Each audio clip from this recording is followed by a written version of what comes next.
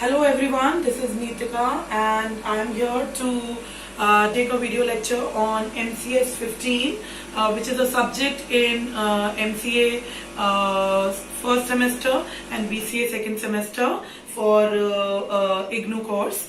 And let us first understand what is MCS-15.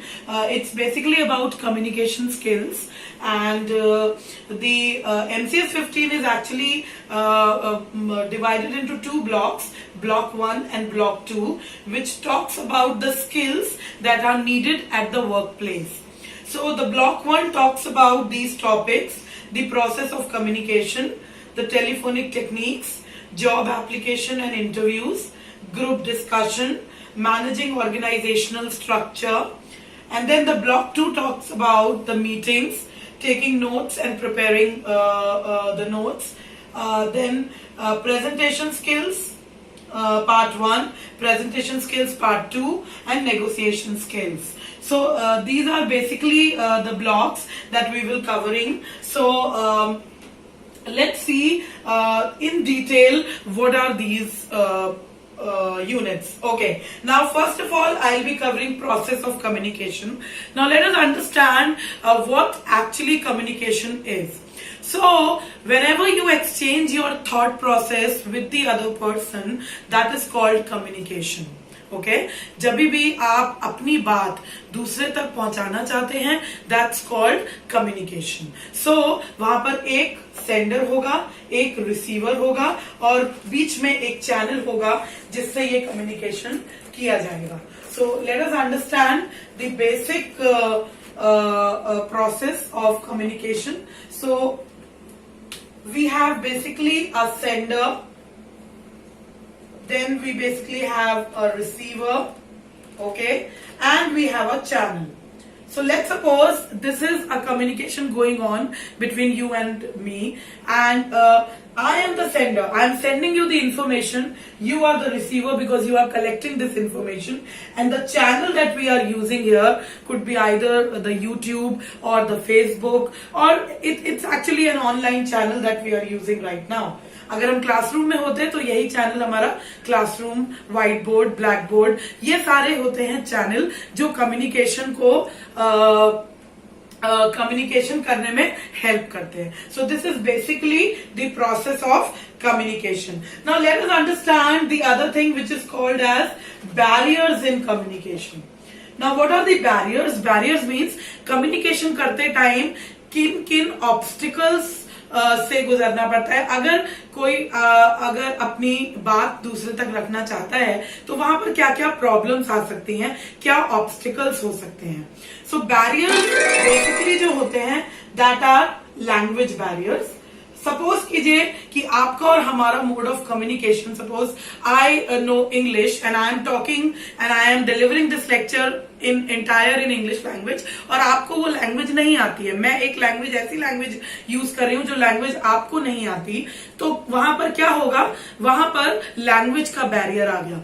सो इसी तरीके से कल्चरल डिफरेंस भी हो सकता है, किसी का कल्चर में फर्क हो सकता है, किसी के ओपिनियन में डिफरेंस हो सकता है. So all this is barriers in communication. Now talking about the types of communication, we basically have a formal communication and informal communication. We say that we have verbal, non-verbal and paraverbal. Okay, now verbal communication is what? It is basically about the words that we are using. अभी जो हम कर रहे हैं that is a verbal communication. मैं words use करके अगर communication कर रही हूं तो that is verbal communication. बिना वर्ड्स के, अगर बिना वर्ड्स के कुछ कहे बिना अगर मैं आपसे कम्युनिकेट कर पाऊं, for example if I show you like this. So here I said nothing, but you understood. In the first one I said that yes, get out, and the other one I said wow you did a wonderful job. So इस तरीके का अगर मैं sign language use कर रही हूँ without saying a word, that becomes non verbal. Non verbal में आपके ड्रेसिंग एटिकेट्स, आपका बॉडी लैंग्वेज, आप किस तरीके से खड़े हैं, बैठे हैं, वो सब कुछ आता है नॉन वर्बल में. And then paraverbal is the tone that you use, how you communicate, that comes under paraverbal. Now everything which you do under when we talk about our professional communication, that means when we are talking about the workplace, the communication is formal. Informal communication could be with your friends, with your family members, the social life that you have, but formal is something जिस पर हमें ध्यान देना है. Formal के अंदर ही हम बात कर रहे हैं वर्बल की, नॉन वर्बल की और पैरावर्बल की. हालांकि ये तीनों इस पर भी एप्लीकेबल हैं, लेकिन अभी हम बात कर रहे हैं फॉर्मल कम्युनिकेशन की. Now if we talk about the formal, there is one which says upward and downward communication and the other one says horizontal communication. Suppose कीजिए आप जहां पर काम कर रहे हैं, जो आपके साथ के कलीग्स हैं, सपोज कीजिए आप काम कर रहे हैं एज अ सॉफ्टवेयर डेवलपर. सो आपके साथ और भी टीम में सॉफ्टवेयर डेवलपर्स होंगे, तो एक सॉफ्टवेयर डेवलपर एक दूसरे सॉफ्टवेयर डेवलपर के साथ जब कम्युनिकेट कर रहा है, सो that is a horizontal communication. हम सेम पोस्ट पर बात कर रहे हैं. ये कम्युनिकेशन अगर बहुत हद तक फॉर्मल ना भी हो तो चल जाता है. This is same position. Now, if a software developer is talking to his project leader, ठीक है, अगर एक प्रोजेक्ट लीडर से एक सॉफ्टवेयर डेवलपर बात कर रहा है या एक प्रोजेक्ट लीडर अपने सॉफ्टवेयर डेवलपर से बात कर रहा है, this becomes upward communication, this becomes a downward communication. Of course यहाँ पर हमको बहुत ज्यादा फॉर्मल रहना होगा, हमें इन बातों को समझना होगा कि किस तरीके से हमें अगले बंदे से इंटरैक्ट करना है. Okay, then we have written and oral communication. This is the word in itself, it's clear. Written is the kind of whatever communication like applications, emails, messages, जो भी आप written form में करते हैं, that's written communication. और oral form में, for example, the interviews that you give, the lectures that you deliver, the presentation that you deliver is the part of oral communication. Okay, face to face interaction में भी हमारी formal communication होती है, that हमको थोड़ा उसका भी ध्यान रखना है. Okay, now let us talk about our the unit 2, which says that if you are on telephone. So unit 2 basically talks about the telephone techniques. So telephone techniques में आपको ध्यान रखना होगा कि जब आप फोन पर बात कर रहे हैं तो आप किस तरीके से फॉर्मली बात करेंगे. सबसे पहले तो आपको ये समझना है कि जब आप फोन पर होते हो तो आपकी आवाज ही है जो ये जज करेगी कि आप कितने कॉन्फिडेंट हो, आप कितने अच्छे तरीके से अपनी बात डिलीवर कर पा रहे हो. So voice is something which is the most important. Okay, so voice पे बहुत ज्यादा ध्यान देना है. आपका बैकग्राउंड एम्बियंस बहुत सही होना चाहिए. ऐसा नहीं कि वहां पर बहुत ज्यादा डिस्टर्बेंस हो तो भी बात अच्छे से नहीं हो पाएगी. क्लैरिटी होनी चाहिए, आपकी अंडरस्टैंडिंग अच्छी होनी चाहिए. जो भी बात आपसे कही जा रही है वो आप सही से समझ पा रहे हैं कि नहीं. इन केस अगर आप नहीं समझ पा रहे हैं तो you should use phrases like I apologise sir, could you please repeat the question. इस तरीके से आपको उसको वो करना चाहिए. सो ये सारी चीजों का ध्यान आपको रखना है while you are on phone. Also आपको फोन पर यह भी ध्यान रखना है कि आप ग्रीट करें. जब फोन टेलीफोनिक शुरू हो conversation, so you should always greet. Time wish कीजिए, good morning, good afternoon, good evening, और उसके बाद अपनी कॉन्वर्सेशन शुरू करें. हमेशा अपना नाम जरूर बताएं क्योंकि टेलीफोन पे आप दिख नहीं रहे हैं, you are not visible. So good evening, my name is Nitika and this is this that. So जो भी आपने बोलना अपना नाम बताइए, अच्छे से अपनी चीजों को कवर कीजिए और फिर बात कीजिए. तो वहां पर आपकी ये सारी चीजें कवर अप होती हैं. Okay, then we will talk about the third thing which says which talks about job application and interviews. Okay, now जैसे कि मैंने बोला कि ये जितना भी आप MCS-15 में जो कुछ भी आप कवर कर रहे हैं, this is all related to your office, your work place. So work place पे जाने से पहले भी आपको पहले ये तैयारी करनी होगी that you can crack the interview, right. So सबसे पहले तो मुझे इंटरव्यू को क्रैक करना है. सो वो मैं कैसे करूंगी? सो इसका जो फर्स्ट प्रोसेस होता है दैट इज योर रिज्यूमे जो आप बनाते हैं, और दूसरी चीज है वो है job application. Now what is a job application पहले समझ लेते हैं. एप्लीकेशन आई थिंक आप सब जानते हैं, आप सबने लीव एप्लीकेशन लिख रखी है, कभी फीस के लिए कोई एप्लीकेशन लिखी होगी, you would have written many applications. Now job application क्या है? वो है जो कि जब आप अपना रिज्यूमे भेज रहे होते हैं, सो ईमेल की बॉडी में जो कुछ भी आप लिखते हैं, आप जस्ट ये नहीं लिख देते हैं कि please find attached my resume.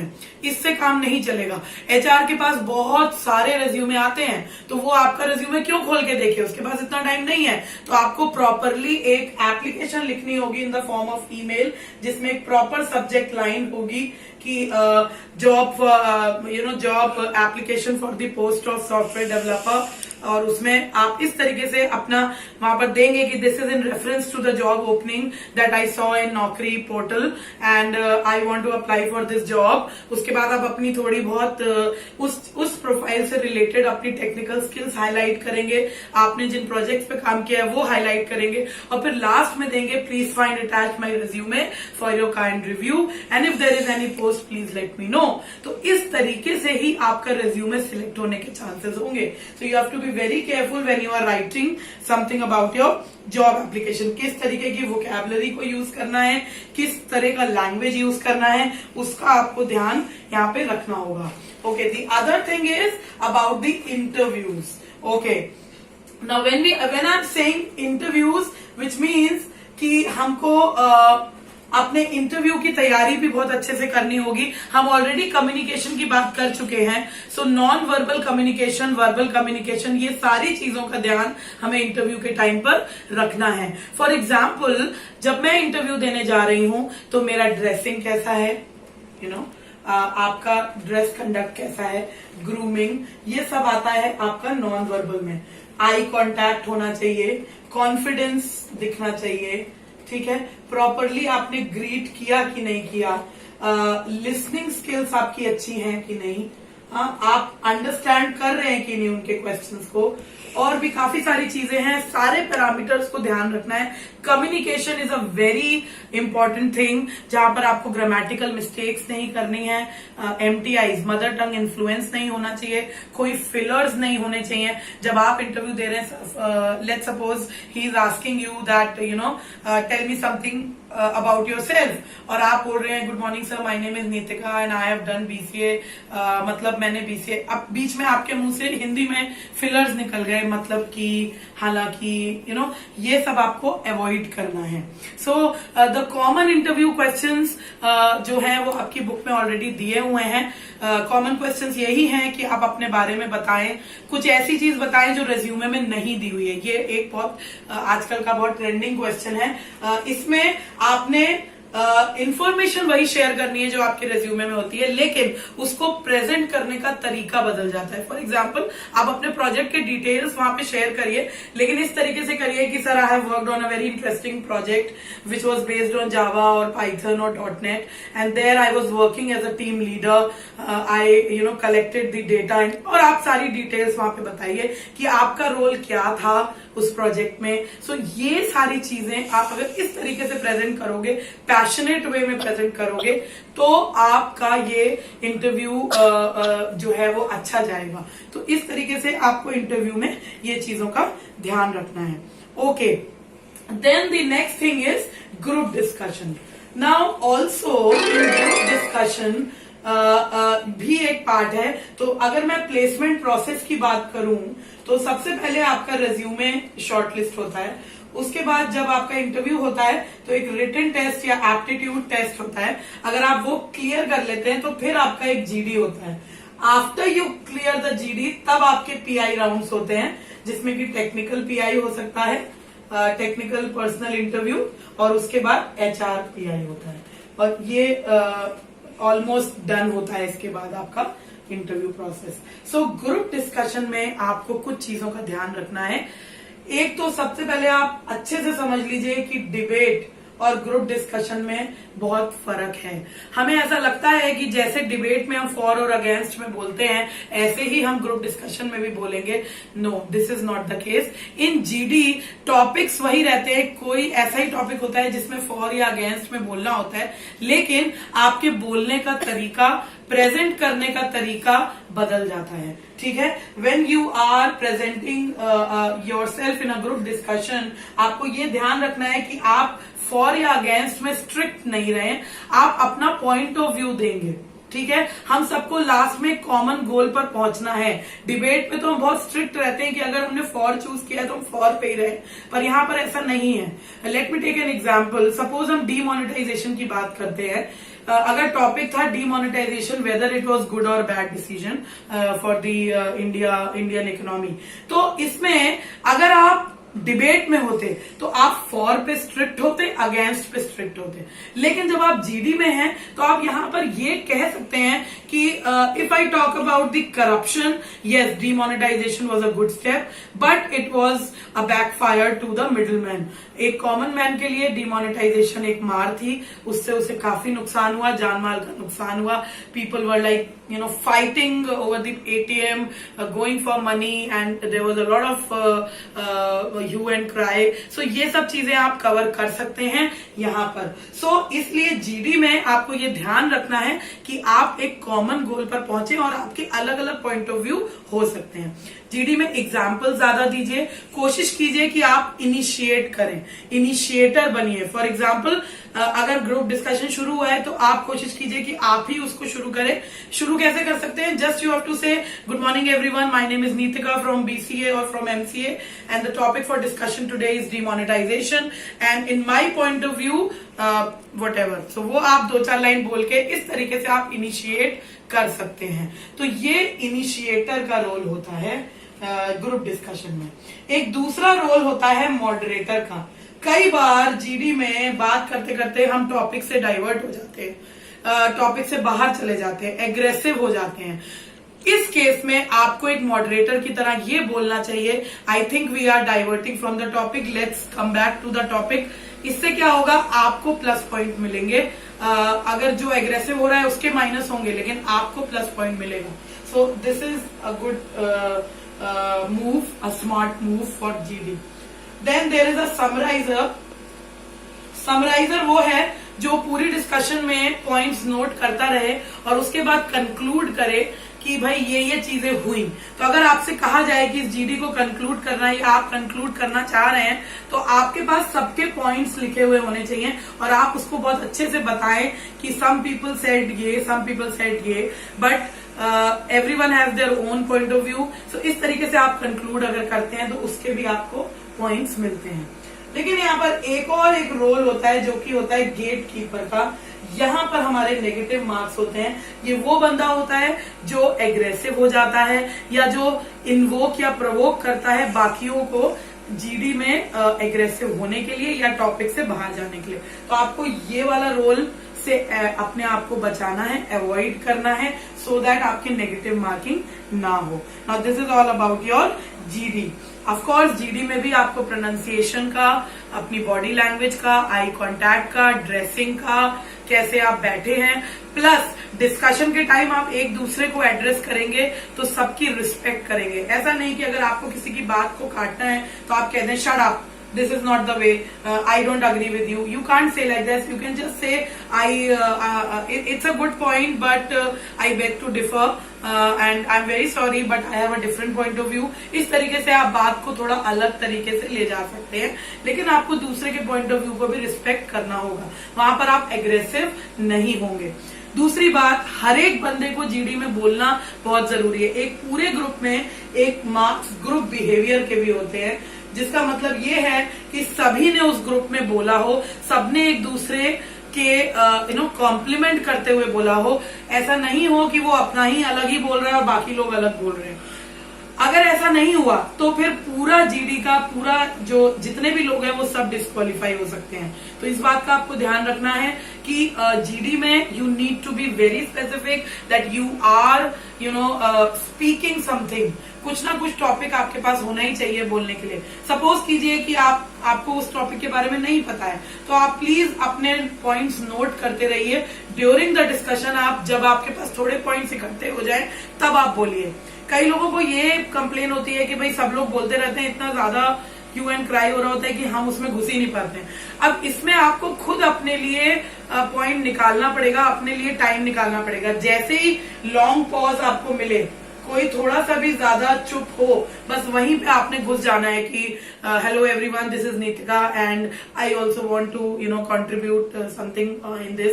तो इस तरीके से आपको उस जीडी में घुसना पड़ेगा। आप ये सोचेंगे कि नहीं जी जब मेरी बारी आएगी, वहां पे बारी किसी की नहीं आती। You have to actually enter into the GD. Okay, so this is what you have to do, unless कि आपके जो हायरिंग मैनेजर्स हैं वो आपको अलग से चांस दे दें तो lucky enough, but otherwise GD में आपको खुद अपने लिए टाइम निकालना होगा बोलने के लिए। And the last topic in this block 1 is managing organisational structure. Okay, जब हम बात कॉर्पोरेट की कर रहे हैं तो अगर ऑर्गेनाइजेशन स्ट्रक्चर की नहीं की तो बेकार हो जाएगा। So let's talk about the organisational structure. It actually is this is the lower level, this is the middle level and this is the top level. Now कुछ हद तक जो ये है this is blue collar and ये दोनों आते हैं व्हाइट कॉलर में। Okay, now I'll give you example. Anyone who is into technical field, जितने भी टेक्निकल लोग हैं, जैसे कि आप लोग, you are computer educators, so computer से रिलेटेड है, आप कोडर्स हैं, आप सॉफ्टवेयर डेवलपर्स हैं, टेस्टर्स हैं, ये जितने भी लोग हैं ये टेक्निकल पीपल हैं। या फिर सिविल इंजीनियरिंग में ले लें, मैकेनिकल में ले लें, तो ये सब लोग टेक्निकल लोग हैं जो एक्चुअल वर्क करते हैं, एक्चुअल बेस होते हैं एक इंडस्ट्री का। सो वो होते हैं ब्लू कॉलर वर्कर्स। इसके ऊपर आते हैं managers, team leaders, okay, supervisors, ये जो एक टीम को हैंडल करते हैं, दैट्स कॉल्ड मिडिल लेवल। और टॉप लेवल पर स्टेक होल्डर्स आते हैं, जैसे कि आपके जो शेयर होल्डर्स हैं, जैसे सीईओ हो गए, चेयरमैन हो गए, है ना, डायरेक्टर हो गए। सो ये सारे लोग आपके टॉप लेवल पर आते हैं। नाउ आपको अपना जो आपका जहां पे भी आप स्टैंड कर रहे हैं वहां से ऊपर एक स्टेज चढ़ना, this is what our aim should be. तो हमें अगर पूछ लिया जाए इंटरव्यू में कि आप अपने आप को कहाँ देखते हो 2 साल में, 5 साल में, so it should be always 1 step ahead. So क्या क्या क्वालिटीज हैं जो आपको यहाँ पे मैनेज करनी है। एक होता है रोल मैनेजर का, कि एक अच्छा मैनेजर कौन हो सकता है। तो अगर हम टीम की बात करें, so we have 2 people, one is the team player and one is the team leader. एक अच्छा टीम प्लेयर वो है जो अपनी टीम के साथ कोऑर्डिनेट करे, हर एक टीम मेंबर के साथ मिल के काम करे और टीम लीडर की बात को रिस्पेक्ट करे। भले ही आपके आपस में कोई भी क्लैशेस हो सकते हैं, मे बी आपका ओपिनियन ना मिलते हो, लेकिन फिर भी आप टीम लीडर की बात ही लास्ट उसका डिसीजन होगा, उन्हीं का डिसीजन फाइनल होगा और आपको इस बात का ध्यान रखना होगा। सो इसीलिए आपको रिस्पेक्ट करनी है अपने टीम लीडर की। This is the quality of good team player. However a good team leader is one team leader, और एक टर्म होता है बॉस।